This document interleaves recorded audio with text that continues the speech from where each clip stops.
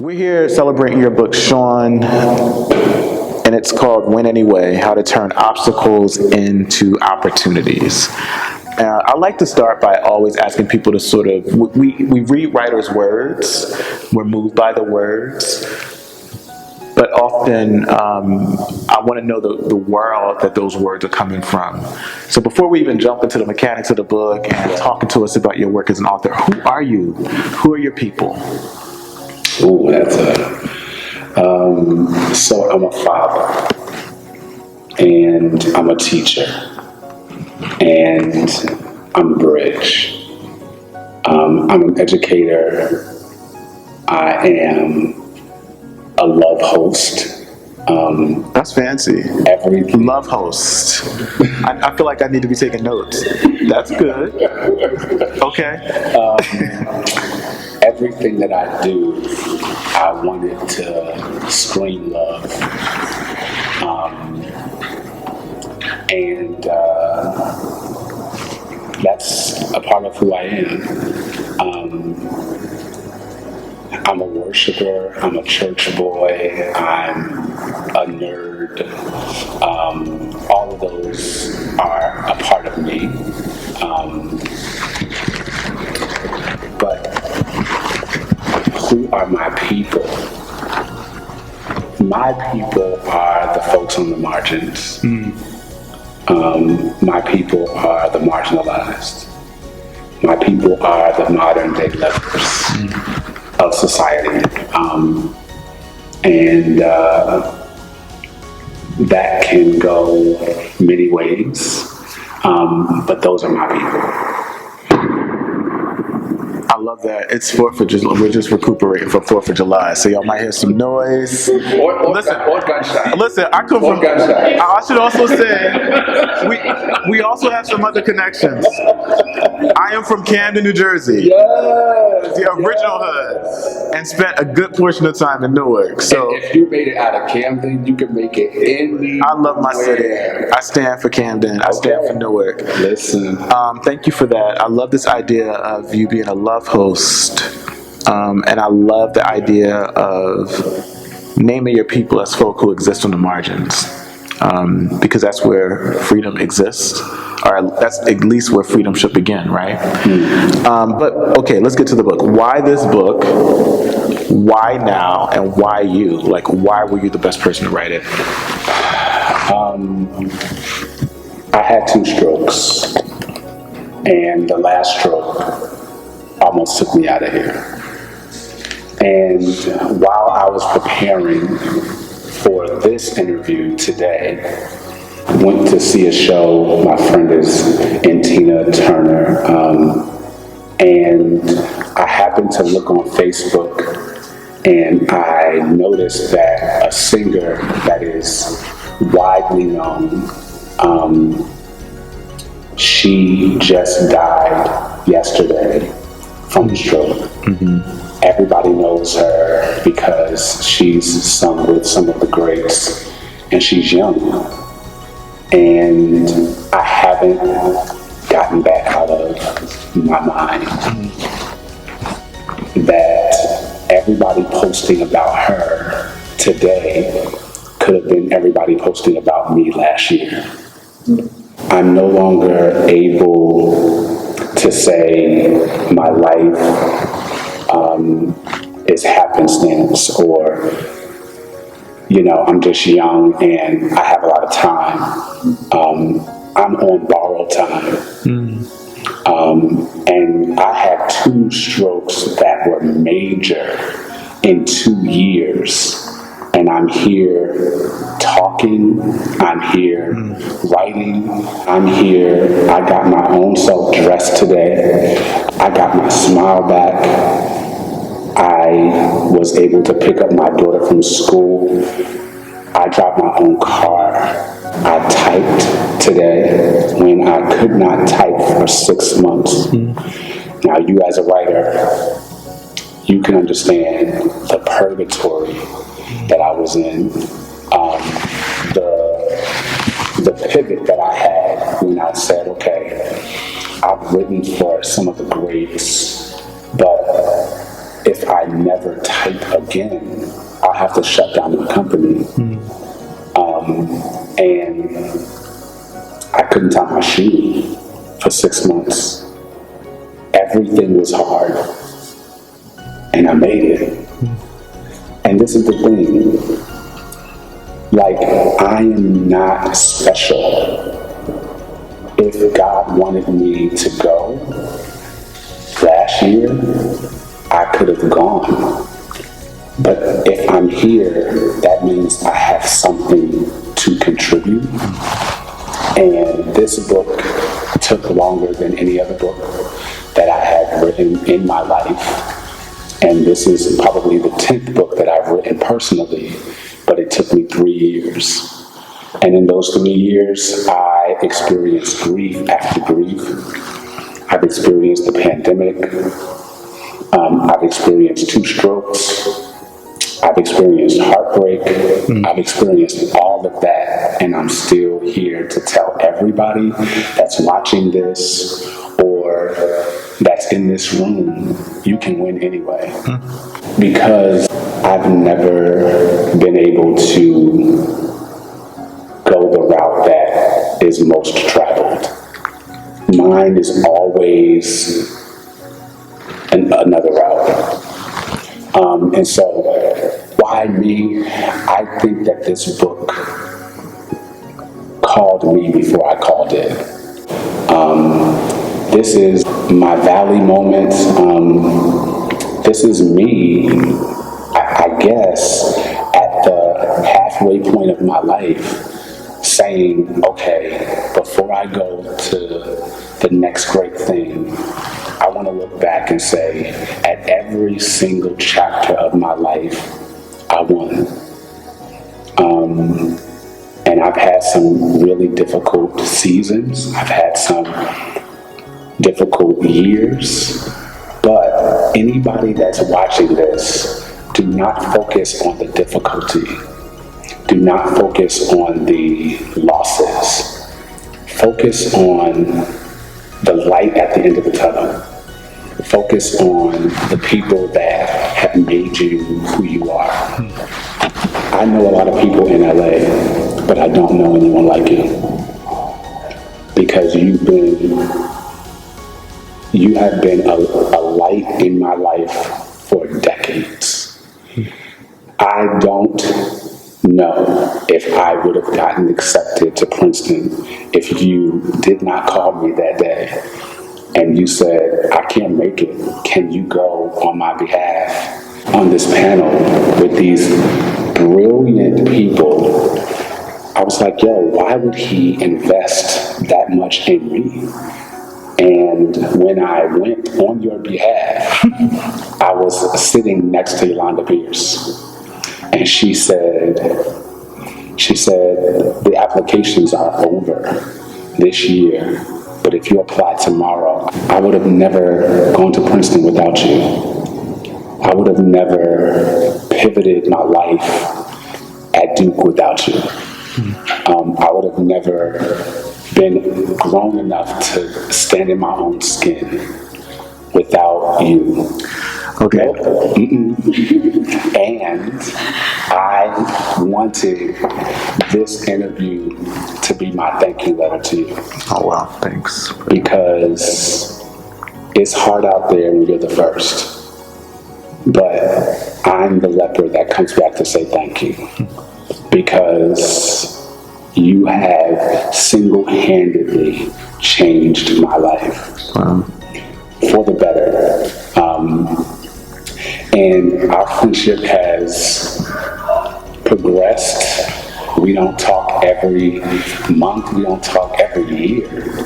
But every single time we talk, it's like we're picking up from yesterday. And I think this book and me writing it was the appetizer.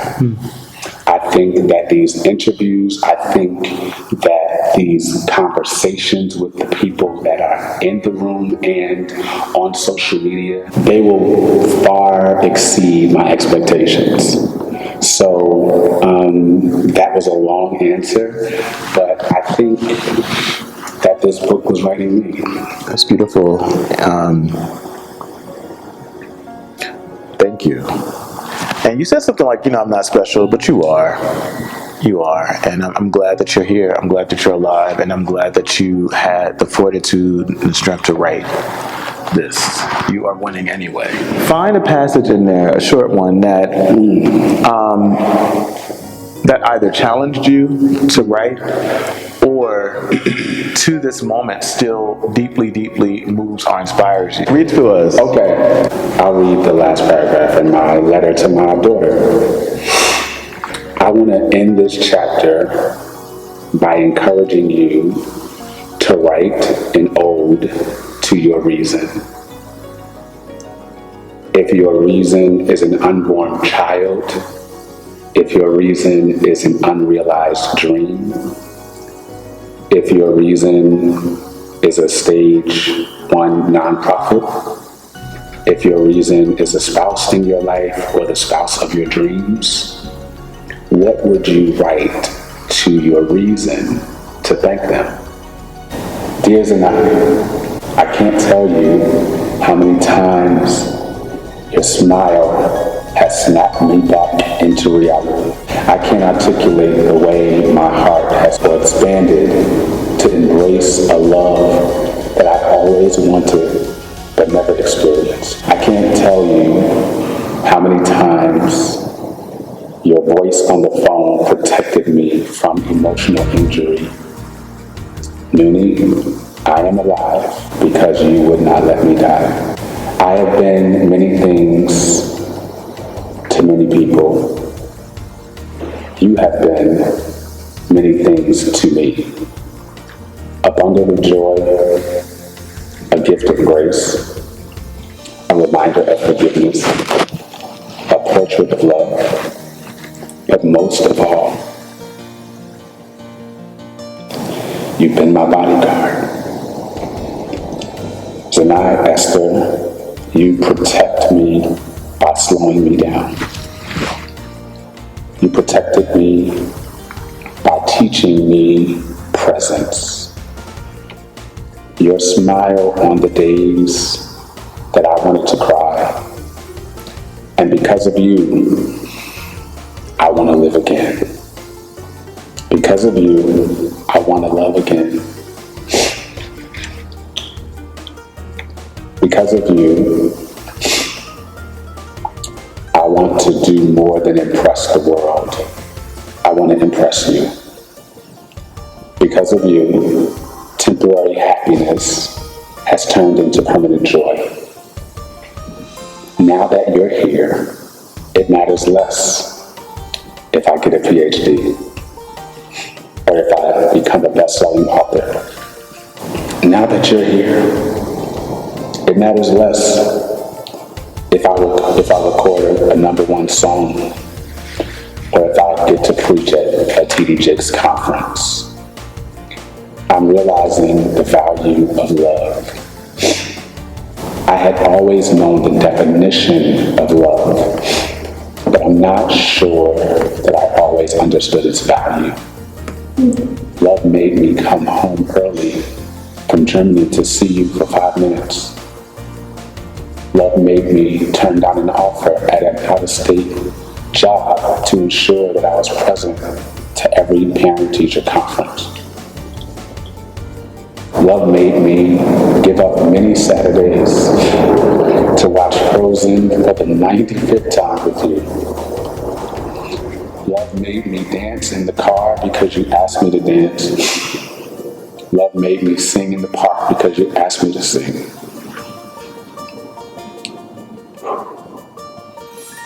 Thank you for giving me the greatest honor that I've ever known, the honor of being your dad. I love you, my reason. Love, Daddy. Beautiful. It's beautiful. I would ask you what that feels like reading, but I think we get the sense of what that feels like reading it. Interesting thing about your book is a mix of life story or memoir, a mix of sort of I like to call it collective help, not self-help, but like a collective pathway for how we can be better, how we can heal, how we can go after the things that we want. It's a bit of sort of testimonial. It's a mix of different genres. What was the hardest part? So in terms of not the passages, it's easy, you're a teacher, so you're teaching in the book. And then what was the hardest aspect of the book to write? Is it the sort of teacherly parts? Was it the parts where you're writing about your family? You tell a story in here about your grandparents, and you talk about their plight. You talk about the fact that you, like me, went off and got many, you graduate from high school, you go out and get degrees before, at an age younger than your grandparents would have even learned to read, and or have gotten similar types of educational background. So you got the sort of the teacherly Shaun going on. You have the memoirist Shaun going on. You have the Shaun in here that's beckoning us to be inspired. Of those elements, what were the hardest parts? I imagine, as somebody who wrote a memoir, that often writing about a family on a page can be difficult. You just read a story from yourself as a father to your child. I wrote a book that grappled with the complexity of a father who didn't really show up in the way that you're showing up for your daughter, right? The hardest thing I could have ever done. I was changed through it though. So what was the most difficult part of that writing? And I also learned that it's through that difficult parts of writing that there are some transcendent things that happen to us. Yes. I had a different relationship to my father after I wrote on the page some of what I've held in my heart for so long. A lot of the secrets that I held on to, etc. So talk about that, those things. I'll respond to that. Two things were most difficult. This book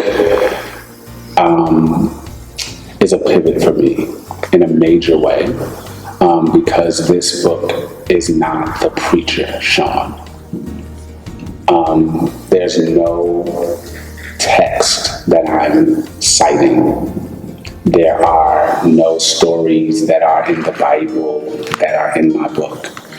And for those that know me, that is a pivot. It's a big pivot. Because I dream the Bible. I dream stories and sermons in writing and in storytelling. And this book, I wanted it to be free from the claustrophobic nature of churchianity and churchness. I don't despise the church. I'm still a member of the church. But James Baldwin said, I criticize it because I love it. Sure. So I am a bridge telling people, yeah, the church got some problems and we need to criticize it because we love it. But there are churches out there that are not four-corner churches or denominational churches. Some people find church in their therapist, in their yoga teacher. And so I wanted to pivot my writing because I wanted to talk to the world. I didn't want to talk to the church. I wanted to talk to everybody that's winning anyway. And that can include people in the church, and that can include people that have never stepped in the church. And in my estimation, I think that we're preaching to the choir. In church. And that's not what I'm called to do. If that's what you're called to do, go and do that. But I sense that my life is shifting. My call is shifting. It's no different than you're trying to wear a shirt that you wore in high school, and you're bigger now. And the style And the changed. style changed, but you have... Back there, you were wearing really big T-shirts that came down to like, Exactly. nobody's doing that right now. No, but we have nostalgic moments when we look at something that no longer fits us now. And I don't want that in my life. I want to be blessed by the memory, but be present in this day. And so the hardest thing to write holistically was my story without that. Yeah, for sure. That was hard. And then the hardest thing to write, because this book took 3 years to write it, my final chapter was written after my strokes, when I was recovering. So I could not write it. I had to hire my people that helped me write for the world to finish my own book. And I never knew 10 years ago when I was birthing this company that there would come a day that I would need my services. It humbled me, but it also inspired me, because many people have a story to tell, but they can't write. Who is doing it for them? Then I thought about many deaf people. Then I thought about, it was like my world opened up because I was disabled, but I had a story to tell. And so I hired my writers, I hired my proofreaders, and we proofread it together. I orated my chapters and handed it to the editors. And so this book is a collective of help from people that you would not see helping your life. It's a triumph. You're here. I want to make sure that I can also get a few questions or comments or prompts from the folk out here. Y'all got questions or thoughts or things that are at the top of your... That was heavy in such a great way. Your 6 months that you couldn't get to this, how that feel for you?